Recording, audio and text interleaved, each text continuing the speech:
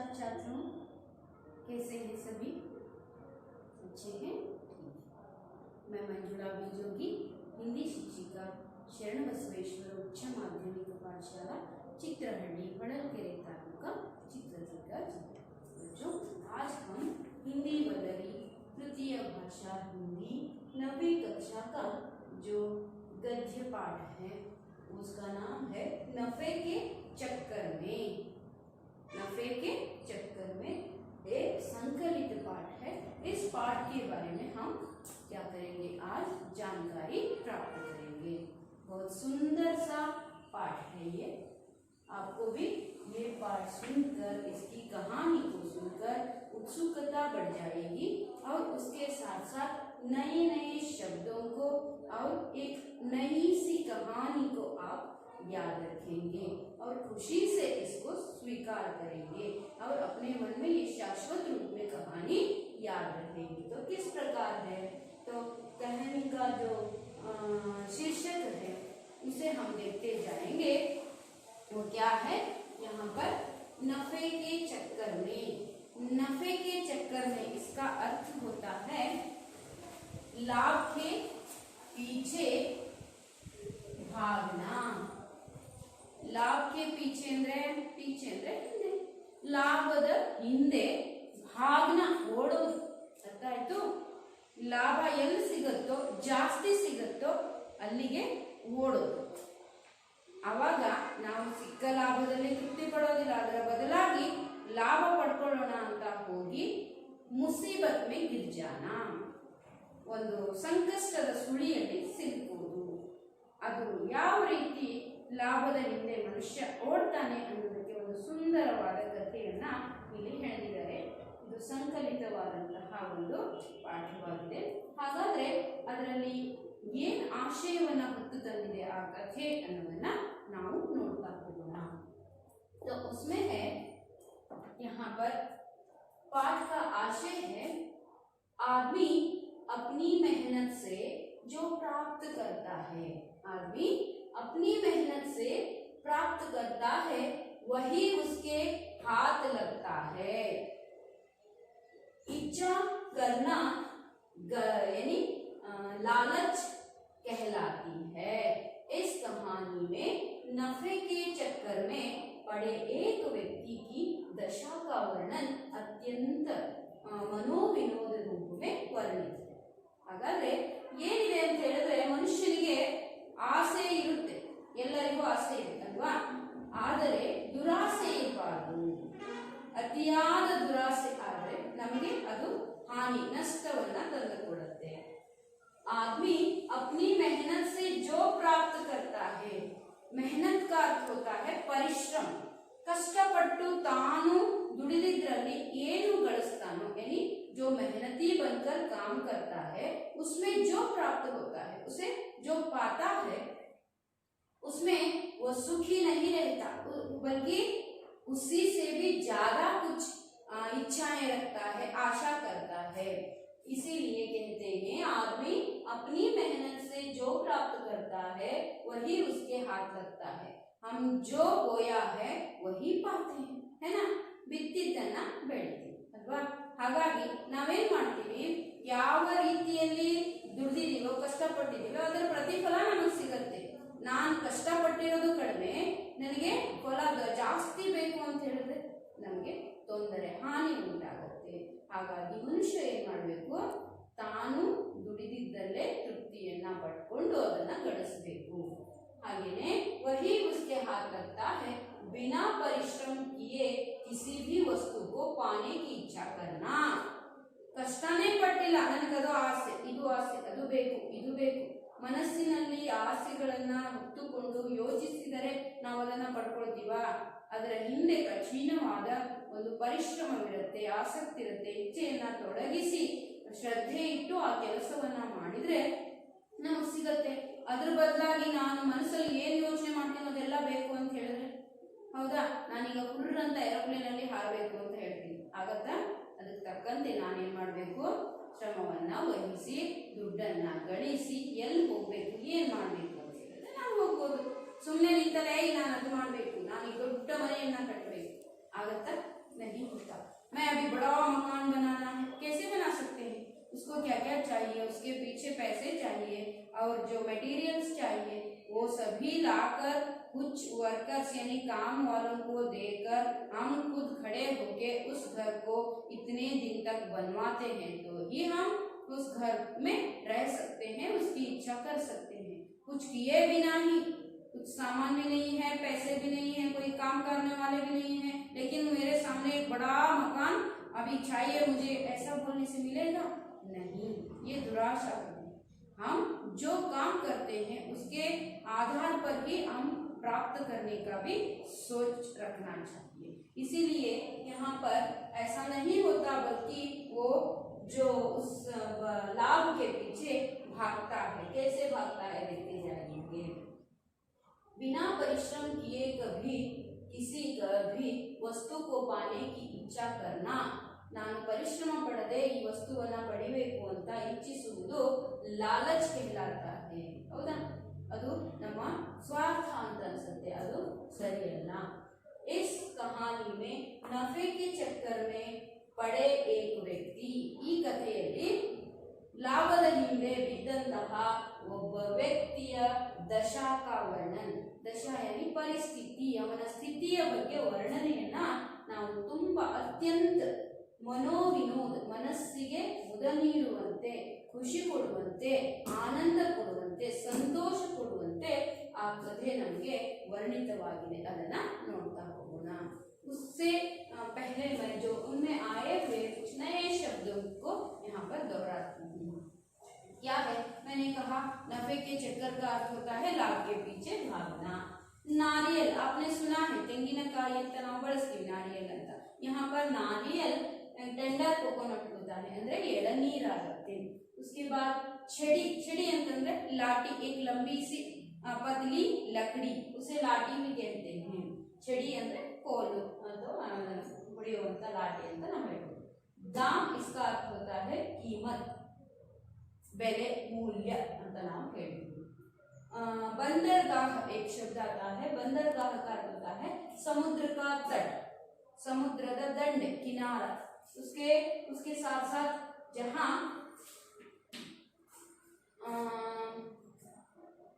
जहाज क्या करते हैं, जहाज रुकते हैं और जाते हैं आते हैं, वह एक प्रदेश होता है। उसे ठहरने का जो स्थल, फोर्ट हम कह सकते हैं। किसका फोर्ट? ये जहाज आने का, जहाज का अर्थ होता है ಹಡಗು, ಹಡಗುಗಳು ಬಂದು ನಿಲ್ಲುವ ಸ್ಥಳವನ್ನ ಬಂದರ್ಗಾಹ್ ಅಂತ। ಸಮುದ್ರದ ದಂಡೆಯಲ್ಲಿ ಹಡಗುಗಳು ಬಂದು ನಿಂತ್ಕೊಳ್ತವೆ, ಹೌದಾ? ಬಸ್ಗಳು ಬಂದು ನಿಲ್ಲೋದಕ್ಕೆ ಬಸ್ ಸ್ಟ್ಯಾಂಡ್ ಅಂತ ಹೇಳ್ತೀವಿ ನಾವು।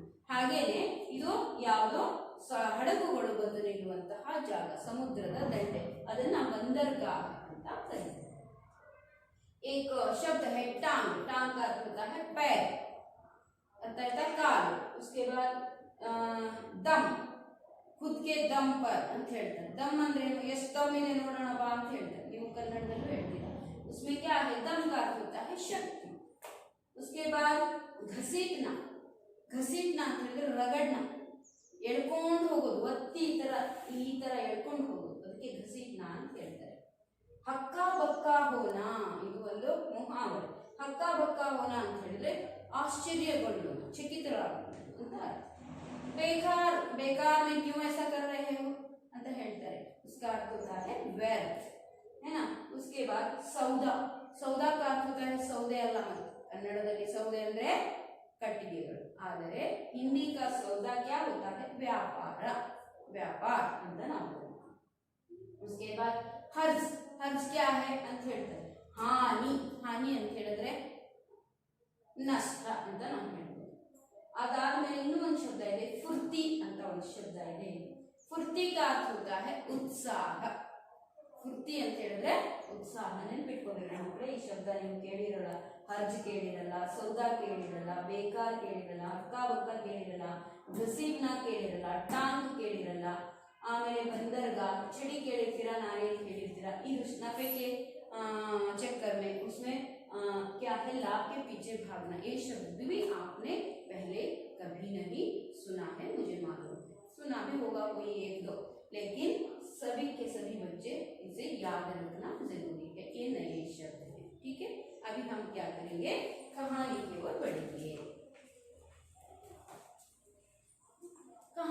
कहती है? शुरू करेंगे। हमने देखा ಲಾಭದ ಹಿಂದೆ ಓಡ್ ಹೋದ್ರೆ ಆ ಮನುಷ್ಯನ ಪರಿಸ್ಥಿತಿ ಏನಾಗುತ್ತೆ ಅನ್ನುವಂತಹ ಒಂದು ವರ್ಣನೆಯನ್ನ, ವ್ಯಕ್ತಿಯ ವರ್ಣನೆಯನ್ನ ನಾವಿಲ್ಲಿ ಕಾಣ್ತೀವಿ ಅಂತ ನಿಮ್ಗೆ ಹೇಳಿದ್ದೀನಿ. इसमें एक दिन कहानी शुरू होती है नफे के चक्कर में, ಲಾಭದ ಹಿಂದೆ ಓಡು. ಹೇಗೆ ಓಡ್ತಾರೆ ನೋಡೋಣ. एक दिन ಸ್ಟಾರ್ಟ್ ಆಗೋದು ಹೇಗೆ ಕಥೆ? ಒಂದಾನೊಂದು ಕಾಲದಲ್ಲಿ ಅಥವಾ ಒಂದು ದಿನ ಅಂತ, ಹೌದಾ? ಹಾಗೇನೆ यहाँ पर भी कहानी शुरू होती है. कैसे? एक दिन बाबू भाई, उसका नाम क्या है?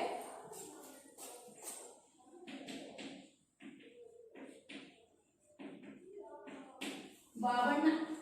ಅವನ ಹೆಸರು ಬಾಬು ಭಾई ಅಂದ್ರೆ ನಾವು ಕನ್ನಡದಲ್ಲಿ ಬಾಬಣ್ಣ ಅಂತ ಕರೀತೀವಿ. एक दिन बाबू भाई को नारियल खाने का मन हुआ. क्या खाने का? नारियल खाने का या पीने का मन हुआ.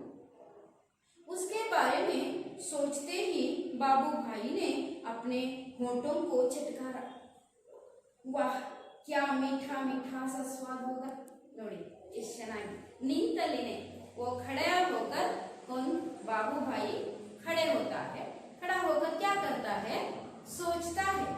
उसको नारियल खाने का मन हुआ. तब अपनी जीभ को चटकारता है. आहा, ಹೇಗಿರ್ಬೋದು ಸ್ವೀಟ್ ಸ್ವೀಟ್ ಆಗಿರುವಂತಹ ನೀರು, ಕೊಬ್ಬರಿ ಎಲ್ಲ ಅಂತ ಯೋಚನೆಯನ್ನ ಮಾಡ್ತಾನೆ. ಯಾರು? ಬಾಬು ಭಾई. ಅದನ್ನ ಹೇಗೆ ಕೊಟ್ಟಿದ್ದಾರೆ ನೋಡಿ. एक दिन बाबू भाई को नारियल खाने का मन हुआ. उसके बारे में सोचते, ಅದರ ಬಗ್ಗೆ ಯೋಚಿಸುತ್ತಾ बाबू भाई ने अपने होठों को चटकारा. ಆಹಾ ಅಂತ ಅಂದ. ಹೋಂಟ್ ಅಂದ್ರೆ ತುಟಿ, ಚಟ್ಕಾರನ ಅಂದ್ರೆ ಚಪ್ಪರಿಸೋದು. ಮತ್ತೆ ವಾಹ್, ಕ್ಯಾ ಮೀಠಾ ಮೀಠಾ ಸ ಸ್ವಾದ್ ಹೋಗ. ಸುಮ್ಮನೆ ಚಪ್ಪರಿಸಿದ್ರೆ ಬಂದ್ಬಿಡತ್ತಾ? ನಾರಿಯಲ್ ಇಲ್ಲ. ಎಳ್ನೀರು ಬಂದು ಬಾಯಲ್ಲಿ ಬಿಡತ್ತಾ? ಇಲ್ಲ. ಲಡ್ಡು ಬಂದು ಬಾಯಲ್ಲಿ ಬಿಡತ್ತೆ ಅಲ್ವಾ? ಲಡ್ಡು ಬಂದು ಬಾಯಿಗೆ ಬಿತ್ತೋ ಅಂತ ನಾವು ಕೇಳಿರ್ತೀವಿ ಅಲ್ವಾ? ಏನು?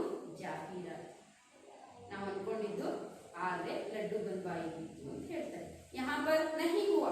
नारियल खाने का मन हुआ है और सोच रहा है कितना मीठा मीठा सा होता है, इसीलिए वो अपने होठों को चटका रहा है. अर्थ है? तो उसके बाद लेकिन एक छोटी सी समस्या थी. लेकिन एक समस्या थी. क्या है? घर में तो एक भी नारियल नहीं था. ओहो, अब मुझे बाजार जाना पड़ेगा और पैसे भी खर्च करने पड़ेंगे. जूते पहनकर, छड़ी उठाकर बाबूबाई निकल पड़े. ಬಾಬುಬಾಯಿ ಎಲ್ಲಿ ಹೊಂಟ್ರು? ತನ್ನ ಮನೆಯ ಅಂಗಳದಲ್ಲಿ ತೆಂಗಿನಕಾಯಿ, ಎಳನೀರು ಇಲ್ಲ. ಲೇಕಿನ್ बाबू भाई को क्या खाने का मन हो रहा? किसे? नारियल खाने का मन हुआ है. तो घर में देखता है छोटी सी समस्या. क्या है? घर में नारियल नहीं है. तो क्या करना पड़ेगा? खाना ही है. अब उसे लग रहा है खाना है. तब क्या करता है वो? मार्केट ಅಂದ್ರೆ बाजार जाना ही पड़ता है. इसीलिए जूते, ಚಪ್ಪಲಿಗಳನ್ನ ಪೆಹನ್ಕರ್, ಧರಿಸಿ ಏನ್ ಮಾಡ್ತಾನೆ? ಬಾಬುಬಾಯಿ ಹೋಗೋದಕ್ಕೆ ರೆಡಿ ಆಗ್ತಾನೆ. ಈಗ ಏನ್ ಮಾಡ್ಬೇಕಾಗುತ್ತೆ? ಹೋಗ್ಬೇಕು ಮಾರ್ಕೆಟ್ಗೆ. ಪೈಸೆ भी ಖರ್ಚು करने पड़ेंगे. ದುಡ್ಡು ಸಹ ಖರ್ಚು ಮಾಡ್ಬೇಕಾಗತ್ತೆ.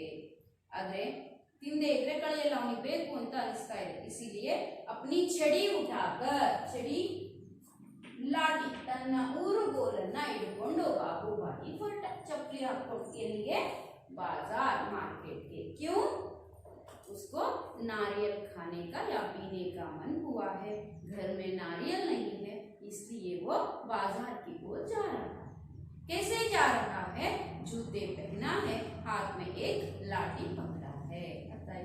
तो उसके बाद बाजार में लोग अपने अपने कामों में लगे थे. सभी बाबू भाई को देखते खड़े हो जाते हैं कि बाजार में नहीं है. आप भी देखते हैं बाजार में किस प्रकार का माहौल रहता है ना?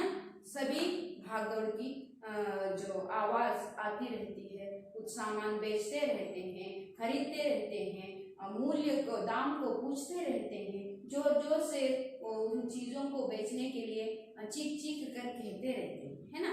उसके जैसा ही यहाँ पर भी हम बाजार का जो माहौल देखते हैं, उसमें अपने अपने अपने काम में सभी लगे हुए हैं। तो देखते पूछते वे नारियल वाले के पास पहुंच गए। नोड़ता ಅವರನ್ನೇ ಲಾದು ಇದು ಕೇಳ್ಕೊಳ್ತಾ नारियल वाले के पास जा पहुंचता है। कौन? बाबू भाई। कहाँ जाता है? पेड़ के सामने नहीं जाता हो, बल्कि कहाँ जाता है? बाजार चला जाता है और पूछता है नारियल का दाम कितना। देखिए, ए नारियल वाले, नारियल कितने में दोगे? ये पूछता है। कौन? बाबू भाई। आप भी ऐसे ही करते हैं ना, जो बाजार चले जाते हैं, जो चीजें खरीदने होते हैं, आप भी कैसे करते हैं? इसके दाम, इसका दाम क्या है, मूल्य क्या है, प्राइस ಅಂದ್ರೆ ಬೆಲೆ ಎಷ್ಟು ಅಂತ ನೀವು ಕೇಳ್ತಿರ್ತಾನೆ। वैसे ही बाबू भाई ने भी पूछा। किससे? नारियल बेचने वाले से पूछा। तब बाबू भाई ने पूछा, नारियल वाले ने कहा, बस 2 रुपये काका ಅಂತ ಹೇಳಿದ। कितने रुपये? ನೆನಪಿಟ್ಕೊಳ್ಳಿ, ये याद रखना जरूरी है। 2 रुपये। पहले नारियल वाले के पास कहाँ जाता है? बाजार चला जाता है। बाजार में नारियल वाले से पूछता है 2 रुपये काका, 2 ರೂಪಾಯಿ ಚಿಕ್ಕಪ್ಪ ಅಂತ ಕಾಕಾ ಅಂತ ಹೇಳ್ತಾನೆ। ಆಗ ಅವನು ಖರೀದಿ ಮಾಡ್ತಾನೋ ಏನ್ ಮಾಡಲು ನೋಡ್ತಾ ಹೋಗೋಣ।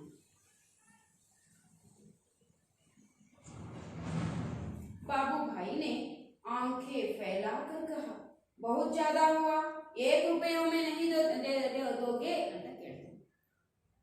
ಜಾಸ್ತಿ ಆಗೋಯ್ತು, 2 ರೂಪಾಯಿ ಹೇಳ್ತಿದೀಯಾ, ಜಾಸ್ತಿ ಆಗ್ಲಿಲ್ವಾ?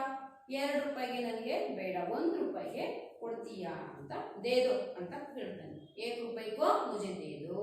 नारियल कितने रुपए बोल रहा है? 2 रुपए बोल रहा है। कौन? नारियल बेचने वाला। लेकिन बाबू भाई उससे पूछता है, बहुत ज्यादा दाम हो गया, तो इसीलिए हम मुझे कैसे करो, 1 रुपए में दे दो ಅಂತ ಕೇಳ್ತಾನೆ। ನೀವು ಹೇಳ್ತಿರ್ತಾನೆ ಬಾರ್ಗೇನಿಂಗ್ ಮಾಡ್ತೀರಾ, 1 ರೂಪಾಯಿ ಕೊಡು, 2 ರೂಪಾಯಿಗೆ ಬೇಡ ಅಂತ ಅವನು ಕೇಳ್ತಾನೆ। ಹಾಗೆ ಅದು ಹೇಗೆ ಕೇಳ್ತಾನೆ? ಆಂಖೆ ಫೇಲಾಕರ್ ಕಣ್ಣು ಅರಳಿಸಿ ಕೇಳ್ತಾನೆ। ನೋಡೋಣ, ಅವನು ಜಾಸ್ತಿ 2 ರೂಪಾಯಿ, ಏ ಇಲ್ಲಪ್ಪ ಜಾಸ್ತಿ ಆಯ್ತು, 1 ರೂಪಾಯಿ ಕೊಡು ಅಂತ ಕೇಳ್ತಾನೆ। बहुत ज्यादा है, 1 रुपये में दे दो ಅಂತ ಹೇಳ್ತಾನೆ। नारियल वाले ने कहा, ना जी ना, 2 रुपये सही दाम, ले लो या छोड़ दो। ना जी ना ಅಂತ ಹೇಳ್ತಾನೆ। ಇಲ್ಲಪ್ಪ ಇಲ್ಲ, ನಾನು ಕರೆಕ್ಟೇ ಆದ ಬೆಲೆ ಹೇಳಿದ್ದೀನಿ, ಬೇಕಾದ್ರೆ ತಗೋ, ಬೇಡಾದ್ರೆ ಬಿಡು ಹೇಳು। ठीक है बाबू भाई बड़बड़ाए। अच्छा तो बताओ, 1 रुपये में कहाँ मिलेगा? हाँ सरी बिड़प्ಪ, ये ಕೊಡಲ್ಲ ತಾನೆ, नहीं दोगे ना? ठीक है, तो 1 रुपये में कहाँ मिलेगा मुझे? मेरे पास उतने पैसे नहीं है, सिर्फ मुझे 1 रुपये में चाहिए, कहाँ मिलेगा ಅಂತ ಕೇಳ್ತಾರೆ। ಯಾರ ಹತ್ರ? ನಾರಿಯಲ್ ವಾಲನ ಹತ್ರ। ಆಗ ಇವನೇನು ಹೇಳ್ತಾನೆ ನೋಡಿ, नारियल वाले ने कहा, ಹೇಳ್ತಾನೆ, यहाँ से थोड़ी दूर जो मंडी है वहाँ शायद मिल जाए। ಮಂಡಿಯಲ್ಲಿ ಬೇರೆ ರೇಟ್ ಇರುತ್ತೆ, होलसेल रेट हाकि ಕೊಡ್ತಾರೆ, ಅದಕ್ಕೆ यहाँ से थोड़ी दूर में क्या है, एक नारियल की मंडी है, उधर चले जाओ, वहाँ आपको 1 रुपये में दे देंगे शायद। यहाँ मैं बाजार में 2 रुपये में दूंगा। नहीं ज्यादा हो गया, मुझे 1 रुपये में कहाँ मिलते हैं बोलो, मैं वहाँ जाकर खरीद लूंगा। ऐसा बाबू भाई कहने के बाद वो नारियल वाला उसको रास्ता दिखाता है, यहाँ से दूर जो मंडी में आपको 1 रुपये में मिलेंगे, चले जाओ उधर। तब 1 रुपये के लिए वो मंडी चला जाएगा। देखिए बाबू भाई उसी तरफ चल पड़े, मंडी के ಹೊರಟ। ಯಾರು? बाबू भाई। मंडी में कोलाहल फैला हुआ था। ಮಂಡಿಯಲ್ಲಿ ಬಹಳ ಜನರಿದ್ರು, ಅಲ್ಲಿ ಜನರು ಜಾಸ್ತಿ ಜನದಟ್ಟಣೆ, ಮಾತುಕತೆ ಶುರುವಾಯಿತು। ವ್ಯಾಪಾರಿयों की ऊंची ऊंची आवाजें गूंज रही थी। ಅಂದ್ರೆ ಮಂಡಿಯಲ್ಲಿ ಬಹಳ ಜನ ವ್ಯಾಪಾರ ಮಾಡೋರು ಇರ್ತಾರೆ, ಎಲ್ಲರ ಧ್ವನಿನೂ ಅಲ್ಲಿ ಮೊಳಗ್ತಾ ಇತ್ತು, ಅಂದ್ರೆ ಎಷ್ಟು ಧ್ವನಿ ಕೇಳಿಸ್ತಾ ಇತ್ತು, ಕ್ರೌಡ್ ಇತ್ತು ತುಂಬಾ। नारियल वाले को देखकर बाबू भाई ने पूछा, नारियल वाले को देखकर बाबू भाई ने पूछा, अरे भाई 1 नारियल कितने में दोगे? ಮತ್ತೆ ಎಲ್ಲಿ ಹೋಗಿ ಸೆಕೆಂಡ್ ಅಲ್ಲಿ ಹೋದ? ಮಂಡಿ। ಇಲ್ಲೆಷ್ಟು ಹೇಳಿದ್ರು? 2 ರೂಪಾಯಿ। ಇವನು ಎಲ್ಲಿ ಹುಡ್ಕೊಂಡು ಹೋಗಿದ್ದಾನೆ? 1 ರೂಪಾಯಿಗೆ ಹುಡ್ಕೊಂಡು ಹೋಗಿದ್ದಾನೆ,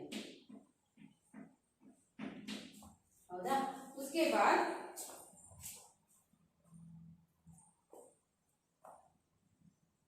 ಸಿರ್ಫ್ 1 ರೂಪಾಯಿ ಕಾಕಾ ಅಂತ ಹೇಳ್ತಾನೆ. ನೋಡಿ ಎಷ್ಟು ಚೆನ್ನಾಗಿದೆ. ಅವನು ಹೇಳ್ತಾನೆ ಇರೋದು ಬೆಲೆನ ಹೇಳ್ತಾನೆ 1 ರೂಪಾಯಿ 1 ರೂಪಾಯಿ ಕಾಕಾ.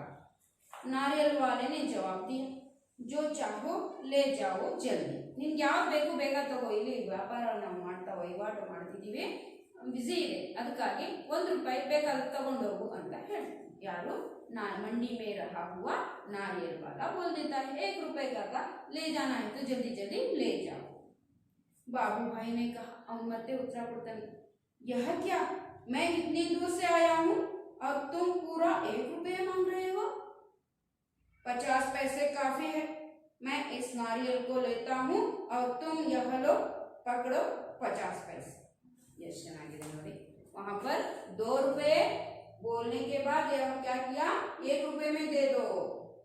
उसके बाद मंडी में 1 रुपए में आकर 1 रुपए बोलने के बाद यहाँ बोल रहा है 50 पैसे. 50 पैसे ಕೊಡ್ತೀಯಾ ಅಂತ ಹೇಳ್ತಿದ್ದಾನೆ.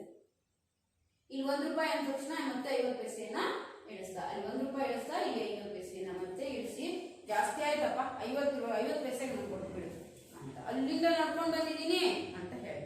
ಎಲ್ಲಿಂದ ನಡ್ಕೊಂಡು ಬಂದ್ರೇನು, ಅವ್ರು ಇರೋ ಬೆಲೆಯನ್ನ ಹೇಳ್ತಾರೆ ಅಲ್ವಾ. इसीलिए नारियल वाले ने भी वैसे ही कहा 1 रुपए काका ಅಂತ ಹೇಳಿದ. उसके बाद नारियल वाले ने झट बाबू भाई के हाथ में नारियल को छीन लिया और बोला, माफ करो काका, 1 रुपया या फिर कुछ नहीं. लेकिन बाबू भाई का निराश चेहरा देखकर बोला, बंदरगाह पर चले जाओ, हो सकता है वहां तुम्हें 50 पैसे में मिल जाए. और ಹೇಳ್ತಾನೆ, ತೆಂಗಿನಕಾಯಿ ಕೈಯಲ್ಲಿ ಹಿಡ್ಕೊಂಡು अपने हाथ में नारियल पकड़कर बाबू भाई क्या कहता है, 1 रुपए ज्यादा हुआ, तुम क्या करो 50 पैसे में दे दो मुझे. तब झट से उसके हाथ से नारियल छीनता, ಅಂದ್ರೆ ತಕೊಳ್ತಾನೆ, ಕಸ್ಕೊಳ್ತಾನೆ. छीनना है कस्ಕೊಳ್ಳೋದು. कौन? मंडी वाला, जो मंडी में नारियल बेचता है ना, वो उनके हाथ से छीन लेता है. छीन कर कहता है, नहीं नहीं, यहाँ पर सिर्फ 1 रुपए में मिलेंगे, 50 पैसे नहीं. आपको 50 पैसे में चाहिए तो आपका उतरा हुआ चेहरा देखकर मैं बता रहा हूँ, तुम बंदरगाह चले जाओ, आपको वहां पर क्या मिलेंगे, 50 पैसे में मिलेंगे शायद ಅಂತ ಹೇಳ್ತಾನೆ. ಅಂದ್ರೆ ಇಲ್ಲಿ 1 ರೂಪಾಯಿ ಇಲ್ಲ ಇಲ್ಲ ಕೊಡು ಅಂತ ಕಸ್ಕೊಂಡು, ನಿನಗೆ 50 ಇಳಿದಿರೋ ಮುಖ ನಾನು ನೋಡ್ಬಿಟ್ಟು 50 ಪೈಸೆಗೆ ಬೇಕು ಅಂತಾದ್ರೆ ತುಮ್ ಕ್ಯಾ ಕರೋ, ಬಂದರ್ಗಾಹ, ನೀನು ಸಮುದ್ರದ ದಂಡೆಗೆ ಹೋಗು, ಹಡಗು ನಿಲ್ಲುವಂತ ಸ್ಥಳಕ್ಕೆ, ಅಲ್ಲಿ ನಿನಗೆ ಏನು ಸಿಗ್ಬೋದು, 50 ಪೈಸೆಗೆ ಸಿಗ್ಬೋದು ಅಂತ ಹೇಳ್ತಾರೆ. ಆಗ ಇವನು ಏನ್ ಮಾಡ್ತಾನೆ, ಲಾಭದ ಹಿಂದೆ ಓಡುವಂತ ವ್ಯಕ್ತಿ ಓಡ್ತಾನೆ ಇದ್ದಾನೆ, ಹೋಗ್ತಾನ, ಖರೀದಿ ಮಾಡ್ತಾನ, ನಾವು ನೋಡ್ತಾ ಹೋಗೋಣ. आगा बाबू भाई अपनी छड़ी से टेक लगाकर सोचने लगे, आखिर 50 पैसे तो पूरे 50 पैसे हैं, वैसे भी मेरी टांगों में अभी भी दम है. ನೋಡಿ ಎಷ್ಟು ಚೆನ್ನಾಗಿದೆ. 50 पैसे ಉಳಿಯುತ್ತೆ ಅಂತ ಹೇಳಿದ್ರೆ 50 पैसे पैसेನೇ ಅಲ್ವಾ. ಹೌದು, इसीलिए मेरे टांगों में, मेरे पैरों में अभी भी दम, शक्ति है, तो वहां पर ही चले जाऊंगा, मुझे क्या होगा, 50 पैसे मिलेंगे. ऐसा सोचता. 50 पैसे ಉಳಿಯುತ್ತಲ್ವಾ, 50 पैसेने ಅದೇನು ಕಡಿಮೆ ದುಡ್ಡಂದ್ರೆ, ಅಲ್ಲಿಗೆ ಹೋದ್ರೆ ಸರಿ ಅಂತ ಹೇಳಿ ये क्या करता है, सोचते हुए वहां पर चला जाता है. जाने के बाद वहां पर भी 50 पैसे ही पूछता है, या उससे कम पूछता है, या उससे ज्यादा पूछता है. आगे की अवधि में हम